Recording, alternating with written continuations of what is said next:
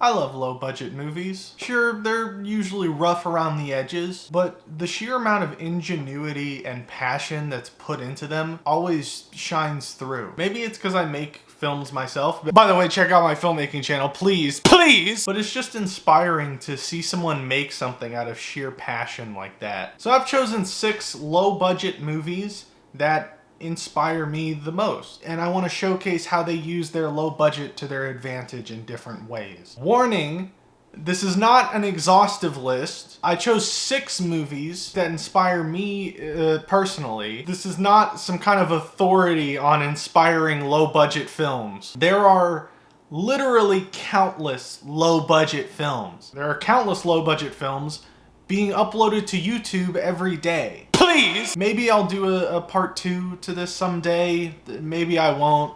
Fuck you. Just a little bit of admin. My cutoff point for what counts as a low budget film was $1 million budget. I know that's a $900,000 movie is still a shitload of money. This is just an excuse for me to talk about some movies that I love, that inspire me.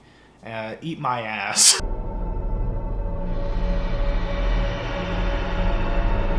I love this movie. If you don't know, it is a horror film about a group of people who wake up in a strange cube maze, with some of the rooms containing deadly booby traps. It's famous for kind of inspiring the Saw franchise, and I think you can see that. So the movie is an effective horror, but what I really love about it is the script. The focus on characters and the procedural escaping the cube with math scenes that unfold are so engaging, and that engaging quality keeps up for the entire film. And what I love about how this movie uses its low budget, the shoddiness of the filmmaking actually helps to build this ethereal, otherworldly atmosphere.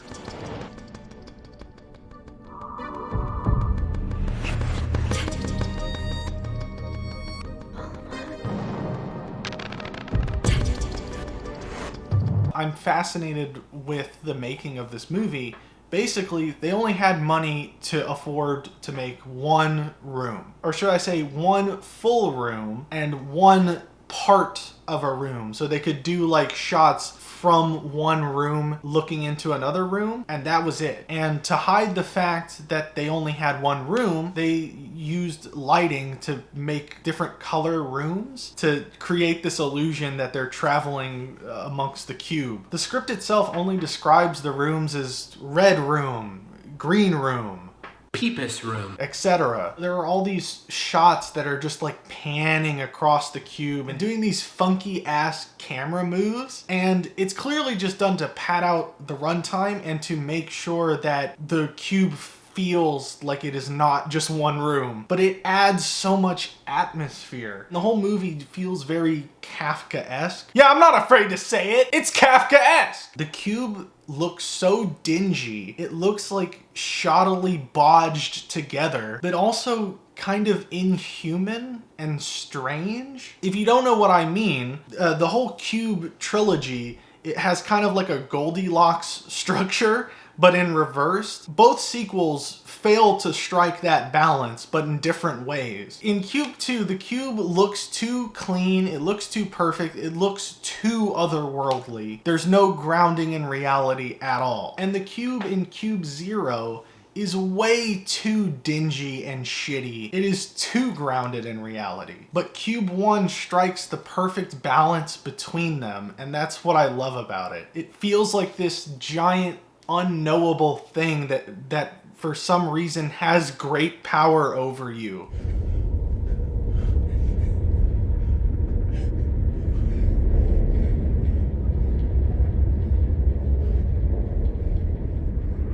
It's impressive to me that a low-budget movie like this carries itself on its atmosphere and tone more than anything. Like, the movie's far from perfect. The acting isn't great, the dialogue isn't great, but it's the ever-present dread and Kafka-esque, "you can't stop me!" fear of this incredibly powerful yet equally unknowable system. That is what carries the film for me. And I also enjoy the film's exploration of nihilism. Most horror films tend to try to be nihilistic, but it's usually just kind of edginess and shock value. Oh, all the characters die. The world is a cruel and miserable place. But here it's actually about nihilism. It's even in the tagline. Don't look for a reason, look for a way out. Don't focus on what the meaning of life is or anything like that. Just focus on living.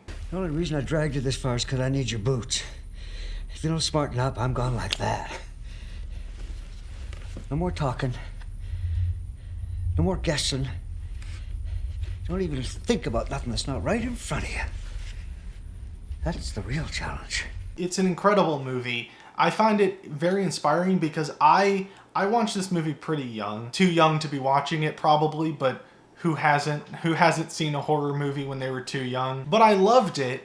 And I loved it not knowing that it was a low-budget movie. I didn't think of it that way. I didn't even know what a low-budget movie was. To me, it was all movies. So to learn that they kind of scraped it together with what they had, just through sheer passion and creativity alone, it warms my heart, which is strange for a movie with so many grisly deaths in it. So changing gears wildly here, something you're gonna have to get used to in this video. This is a made-for-TV movie about a group of college professors attending a farewell party for one of their colleagues. Only their colleague might have a couple secrets. The discussion on this movie is probably gonna be shorter than all the other ones, mainly because I don't want to spoil what happens in this film. The big selling point for the movie is the ideas and the conversations. So me just recapping what the conversations are about would kind of steal the movie's thunder a bit. But yeah, the movie takes place entirely in this room and it is just people talking. But what makes it so interesting and engaging are both the mystery of what is going on and the existential, philosophical, scientific, everything-ific conversations that ensue. But what makes it so interesting and engaging are the mystery of what is going on and the philosophical ideas that are being discussed. It's not a movie where you're on the edge of your seat wondering if a character is going to live or die. It's a movie where you're interested in what this character is going to say next. I wonder if I could ask you a silly question. What if a man from the Upper Paleolithic survived until the present day? What do you mean, survived? Never died? Yes. What would he be like? Pretty tired. Well, seriously, as Art's book title suggests, he might be like any of us. Dan, a caveman? Well, there's no anatomical difference between, say, a Cro-Magnon and us. Except that as a rule, we've grown taller. But he'd be a caveman. No, he wouldn't. John's hypothetical man would have lived through 140 centuries. Yeah, roughly. And changed with every one of them. I mean, assuming normal intelligence. Well, we think men of the Upper Paleolithic were as intelligent as we are.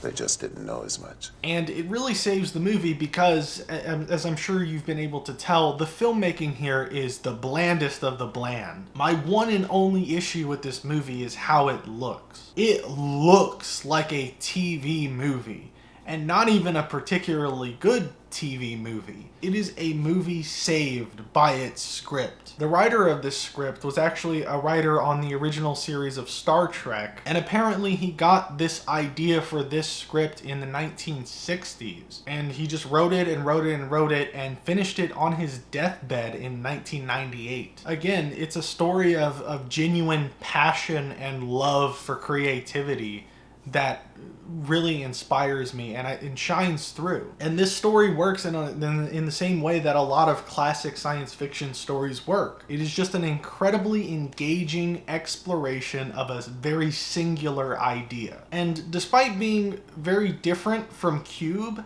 I feel like they teach a very similar lesson. On second thought, I'll call them takeaways, just because I don't want to think like I know better than the filmmakers. So they have the same takeaway. A strong script or strong ideas can make up for shoddy filmmaking. Neither of these films are going to win awards for their cinematography or their acting or anything of that sort, but they get by and become overall worthwhile experiences based on the ideas they explore, and in Cube's case, the atmosphere it builds. I strongly recommend both of these films. They're both on Tubi.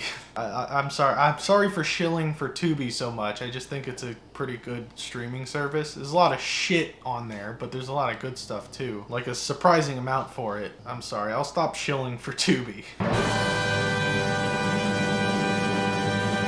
Another movie free to watch with ads on Tubi! This was my favorite movie of last year. It is just fucking sublime. Hundreds of Beavers is an homage to silent comedies, and it is about a man trying to survive in the wilderness, and that's pretty much it. It becomes about a lot more than that, but that's the gist. And I'm not gonna beat around the bush here. This movie's hilarious.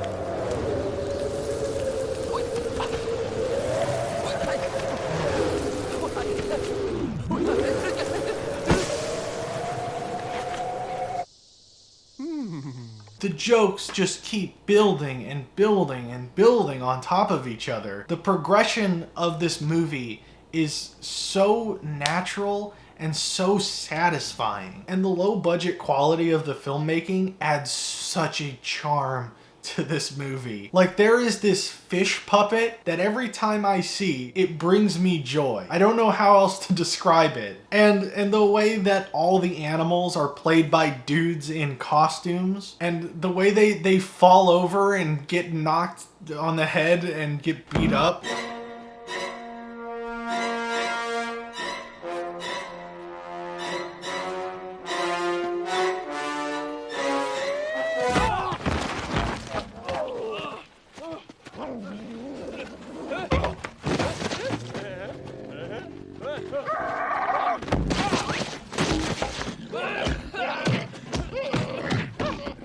Something about it activates the Godzilla cortex in my brain. People in silly outfits fighting each other will never not be entertaining. Especially the end fight scene, which is just glorious.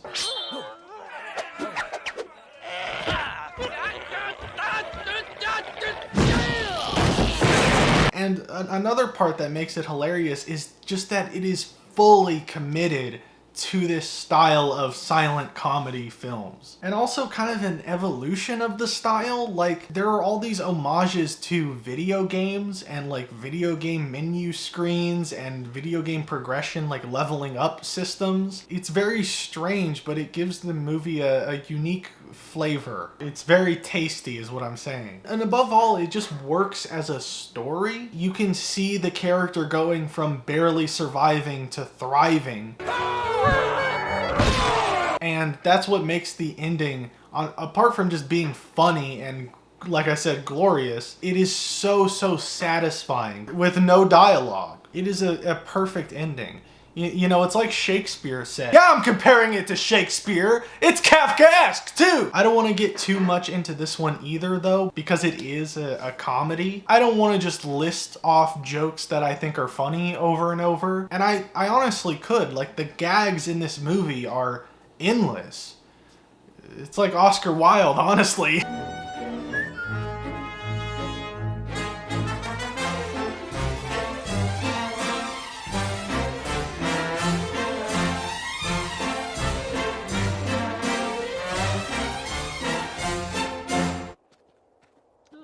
Just give this one a watch. So this is the debut feature from Robert Rodriguez, which he famously scrounged together $7,000 to make it. There was no film crew. If an actor wasn't in a shot, they were helping film it. And most of the $7,000 went to actually getting the film developed. So the budget, if you exclude that, is even less. And it is such a fun movie. If you don't know, it's about a mariachi player who gets mistaken for a killer who happens to carry his weapons in a guitar case. And the movie takes full advantage of its premise, again partially because of the shoddiness of the filmmaking. Just wanted to clarify something here. I say the word shoddy filmmaking a lot in this video, and when I say that, I'm not saying like, oh, the filmmaking's bad. It was my way of putting that you can tell it was done cheaply. I probably should have said cheaply or something else, but I didn't want to re-record the whole video, so... There's an urgency to every shot in this because there was an urgency filming every shot in this. Can I just say how much I fucking love this shot? The way the camera perfectly follows him as he lands, it just tickles my brain. They just magnetize you to the screen. And yes, it is very fun. The zip line set piece is incredible.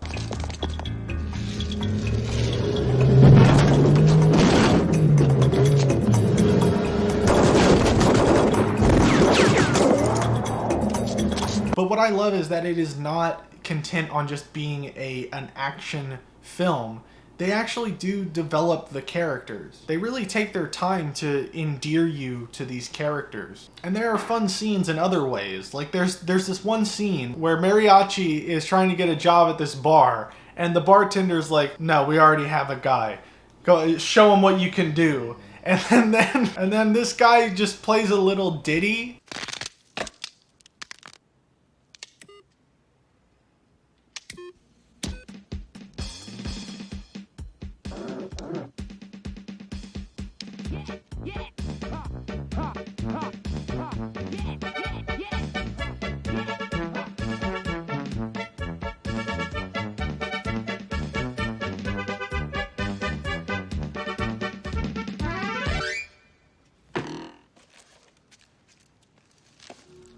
And that's the scene, like that's the entire scene, and it fucking rules. Another one is he takes refuge in this hotel, but the woman at the front desk begins to suspect that he might be this killer. And so she holds him at dick point with this knife and forces him to play a tune to prove he really does know how to play the guitar.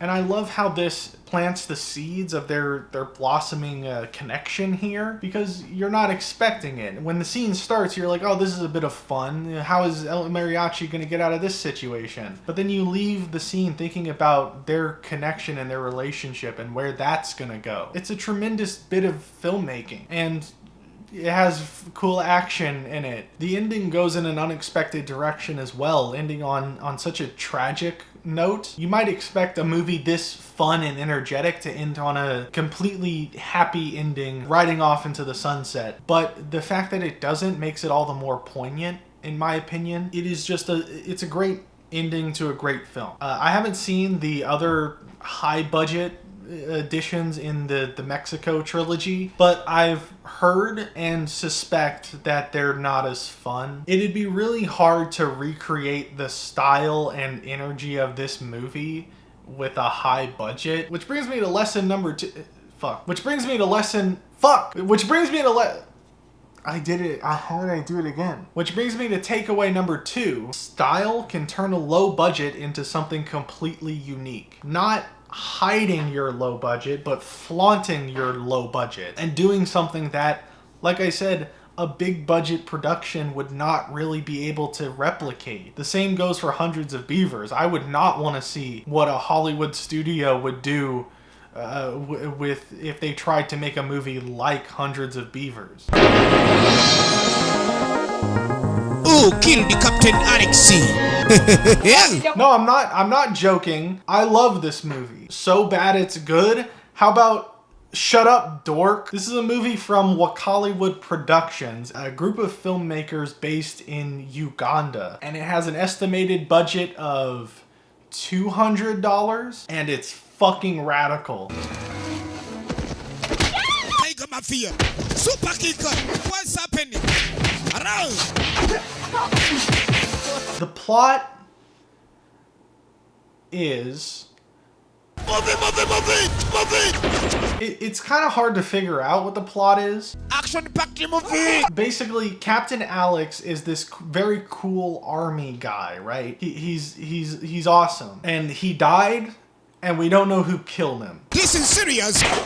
And you may be wondering who this voice is that is cracking jokes over top of the movie. That is a video joker. This guy will basically just crack jokes over the movie. It's basically a commentary track. And because the filmmakers behind this didn't expect anyone to see their little silly action film, they deleted the original version without the video joker. The only remaining copy is the one with VJ Emmy. VJ Emmy on the microphone! My favorite line from him is, Ugandan Bruce Lee. We call him Bruce U. I love it because it makes no fucking sense. Bruce Lee, he's not named after his country. Okay, it may sound like I'm being like, haha, the movie's bad. On some level, yes, I'm getting ironic enjoyment out of it, but so bad it's good movies rely on a sense of schadenfreude. That's Dostoevsky that coined that term. It's the same humor as a baby falling down or an old person tumbling down the stairs. Why did I write that? Or an old person taking a tumble down the stairs. And the reason I don't consider this a so bad it's good movie is because it's like, what exactly are they failing at? They wanted to make a kick-ass, silly action movie with... Stop the actions! The movie is so filled to the brim with energy and fun that I don't really give a shit if the filmmaking is bad, the shots aren't framed well, the cinematography is bad, the acting's bad. Who cares? When I laugh at like a Neil Breen movie, I'm kind of laughing at the movie. Hell yeah! I'll do her. Damn. Twin. There's so much wrong with that. With most so bad it's good filmmakers, it seems like they have an ego, like they want to be seen as this master or this genius. Whereas with Hollywood Productions, it always feels like they just wanted to have fun making a movie. And it does inspire me. Just the fact that, like I said, they didn't expect anyone to see this outside their town. They were truly creating just for the fun of it. And that really shows. In a world where so many movies, big budget movies, are made only for a paycheck, only to get awards attention, the idea that a bunch of filmmakers just decided to make something fun and didn't expect anyone to see it, but just had fun making it, is meaningful. And it is really funny. I hope you enjoy. That's the end? And be sure, tell everyone. And finally,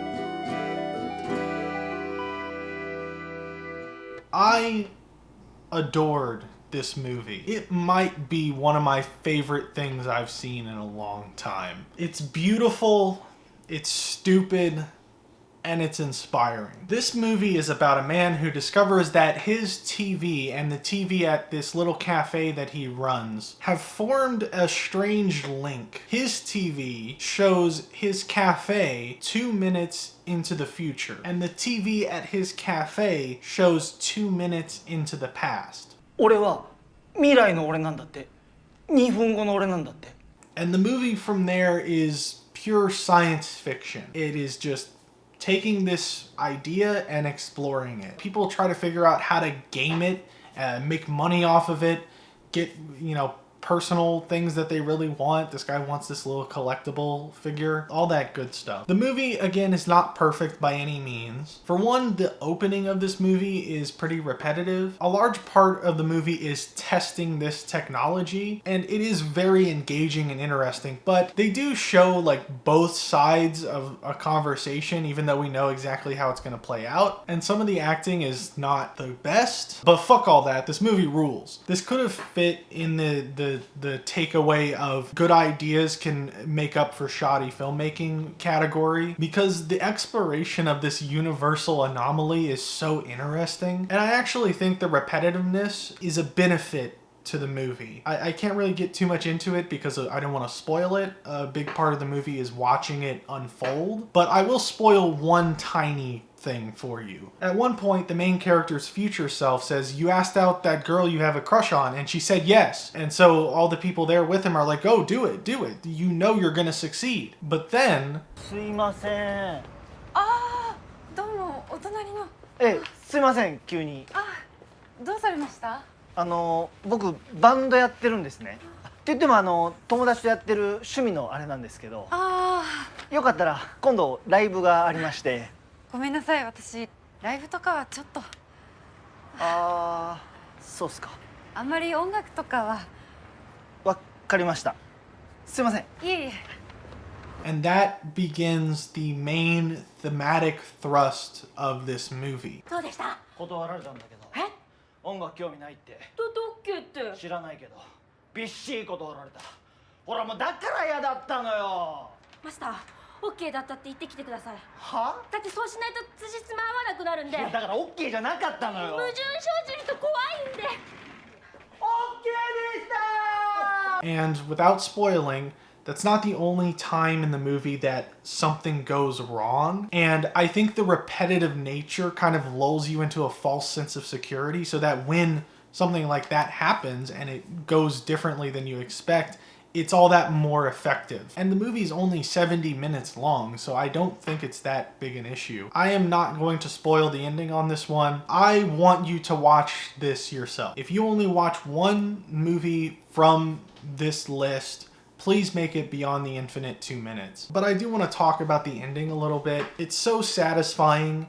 It gets so unapologetically weird. And it makes no sense logically, but I love it. It's such a simple, wonderful, beautiful, touching ending. The movie is so delightful. I'm showing you clips, and it's not like the movie suddenly becomes something it's not. It's not like an action scene breaks out. It's all in this cafe, and it's all these characters. And while I could have included this in ideas make up for shoddy execution, I think above all else, this movie and Who Killed Captain Alex as well show that passion matters above all else. If you pour all your heart and soul into a movie, people will overlook flaws, if they're even really flaws. And I think why I adore Beyond the Infinite 2 minutes so much is because I see myself in it. You know, I have made stupid little sci-fi movies and time loop movies and time travel movies my whole life. And I have made silly little goofy movies with my friends. And this,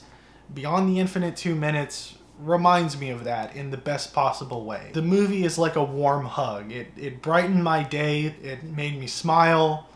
I want to have sex with it now. じゃあ俺もマジックです。ポケットから何でも出しますんで言ってみてください。ケチャップ。うわ、ケチャップがー。ほらー。なんで？それは今から過去の俺が取るからです。ちょっとケチャップ取ってポケットに入れてきて。Camera battery died because I've been talking so fucking long, but I only have like one more thing to say, so I'm not gonna just wait and set up the camera again to say this last thing I want to say. I love Beyond the Infinite 2 minutes. It is the kind of movie that reminds you why you love movies. That's really all of these films that I've talked about. I love them all. And yeah, that's all I wanted to say. So thank you all for watching. Fuck, I forgot to compare it to some fucking literature guy. Tolstoy, fuck it.